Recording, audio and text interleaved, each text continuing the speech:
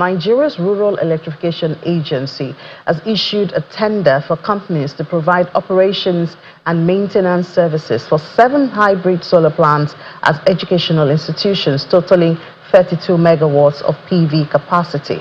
Also, about 45% of Nigerians do not have access to electricity, and that's why the government is looking the way of powering rural communities through alternative sources.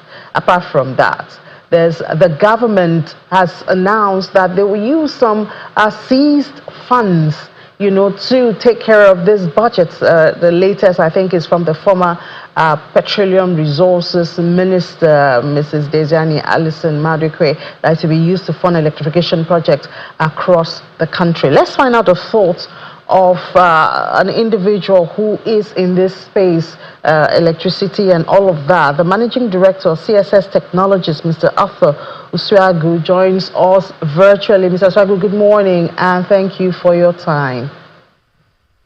Thank you so much, Ine, for having me.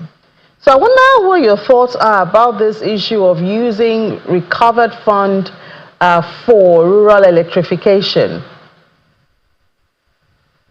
Well, it's a good idea, but we shouldn't hinge this on using the recovered fund only, because electricity is a bedrock. When you think about anything that has to do with development in a country, this is an area where a quantum of the national budget should be devoted to, solving the electricity problem in the country. But, pushing it from the angle of using a partly from money gotten from people that have been alleged to be corrupt, or monies recovered from people who have been tried and forfeited their assets, devoting that to electricity is just a scratch in terms of the total quantum of what we require to fix the electricity problem in Nigeria. Well, I think now we do have the challenge of consumers being reluctant to also pay for what they are consuming. Yes, that is a problem, because if you look at that, quite a lot of factors, are really causing this, because consumers want to pay for what they have consumed if they are sure that the bill that is coming to them is actually what they have consumed. They will be ready to pay for it. But you and I know that the meter, integration into our electricity subsector is still very, very low. As it is today, we still have less than 40% meter penetration. So majority of consumers are still being, connected via what we call a kind of a billing that is estimated.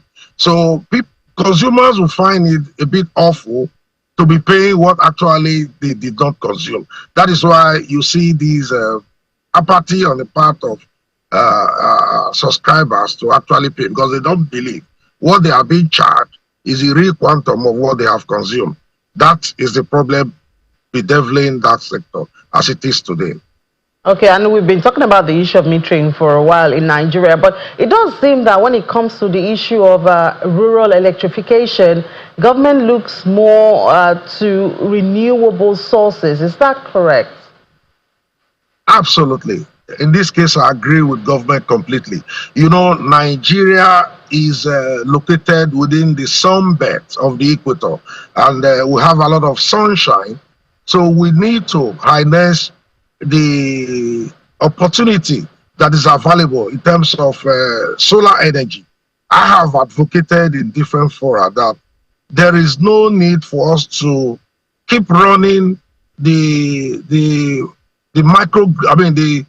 main grid system, monogrid system, that we can cut off some of these communities, some of these states from the national grid and interface it with the renewable. We can have majority of states in this country that are located, especially in the north, being connected with solar energy, because the prices are going down and the inputs to create some of these solar infrastructure. They are bound everywhere. So it's an area government need to put in a lot of effort so that we can reduce the concentration of power in our grid system.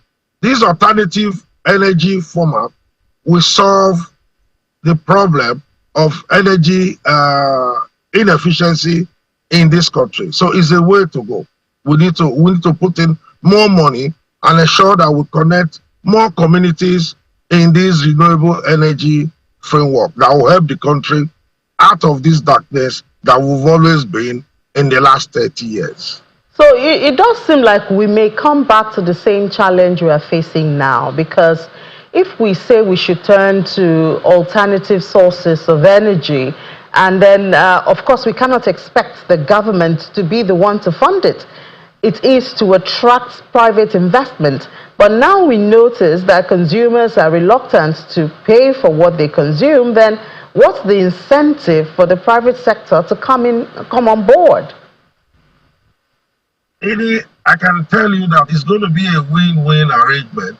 When you install your solar infrastructure, you don't pay bill on a monthly basis. Let's say, for example, you install solar infrastructure to serve you.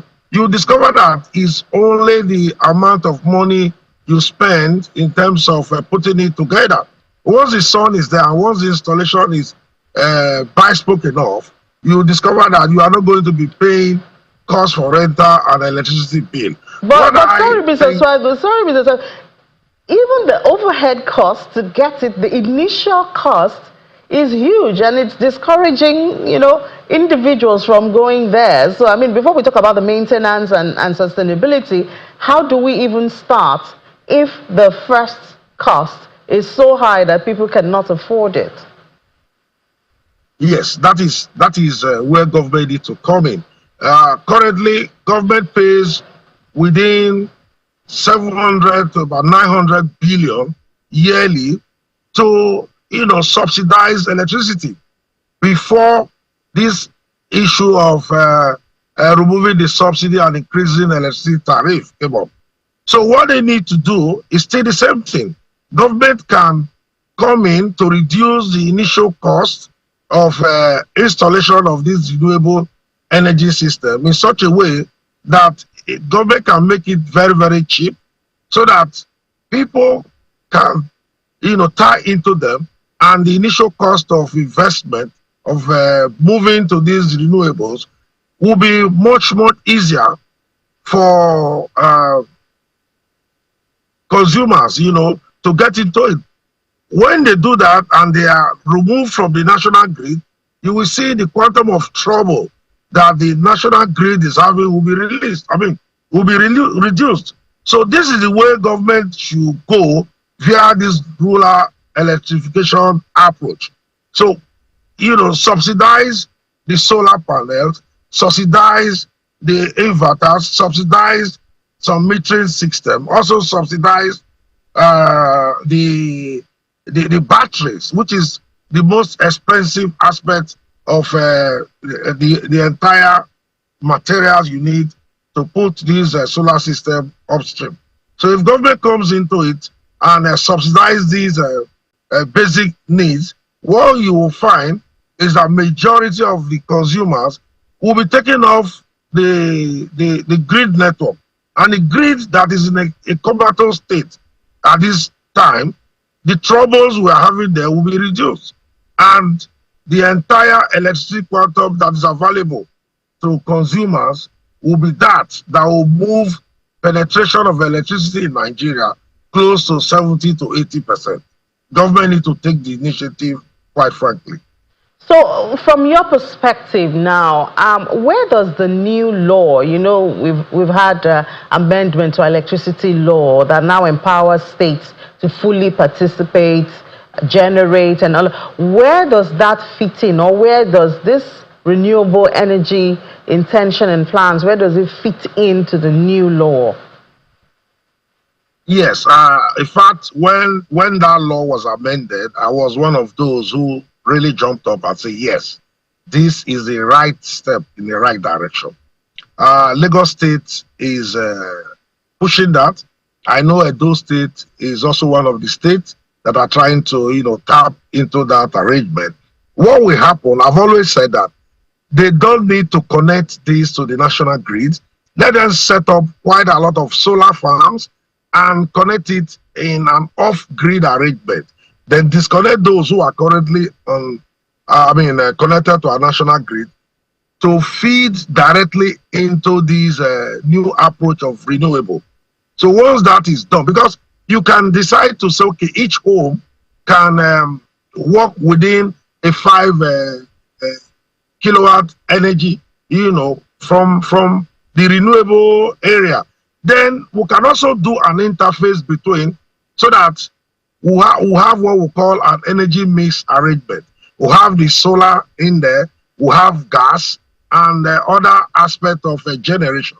So once we do that, the dependency on the grid will be reduced, and we can now deliver enough power, catchment power, to these people who are currently not connected at all. So this is the way to go, and it's the cost government, as I said earlier, can subsidize to ensure that we have a maximum penetration across boards.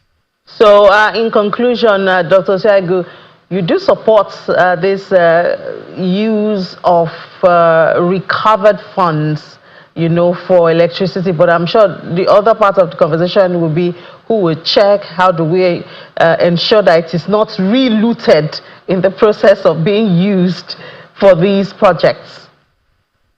Absolutely, it's a good initiative, and all hands must be on deck. Not only looted money, government should ensure that more funds are allocated, to electricity subsector. Because without electricity, we'll keep on moving within a circle. We need electricity to open up the country and bring in foreign investors, be able to change a lot of things, which currently is not happening.